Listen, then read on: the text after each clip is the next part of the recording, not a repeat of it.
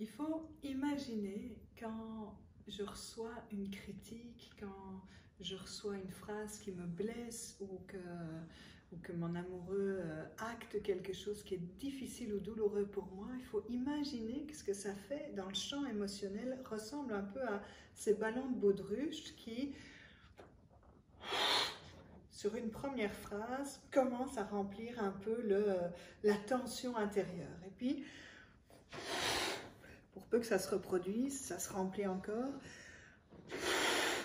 Et qu'on a finalement, à la place du cœur, on a dans la poitrine quelque chose qui est prêt à exploser.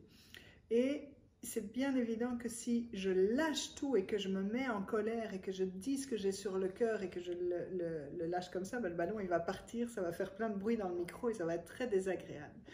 Si on veut revenir dans quelque chose de relationnel plutôt que d'être réactionnel, qui serait ça s'est rempli, je suis en tension et je me décharge, ça c'est de la réaction. Mais dans la relation, ça va être de pouvoir essayer de vider petit à petit, c'est-à-dire de relâcher, tiens,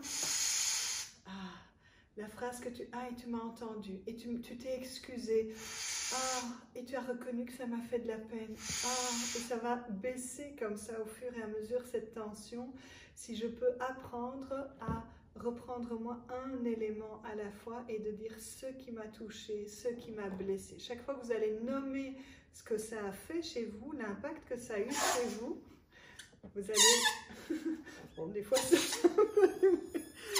Et l'idée, c'est de pouvoir vider son ballon régulièrement à la fin de la journée, à la fin de la semaine, pour pas continuer à mettre de la tension dedans et à exploser, prendre le risque d'exploser par la suite. Il n'y a personne qui aime le bruit d'un ballon qui pète, et tout le monde est comme ça.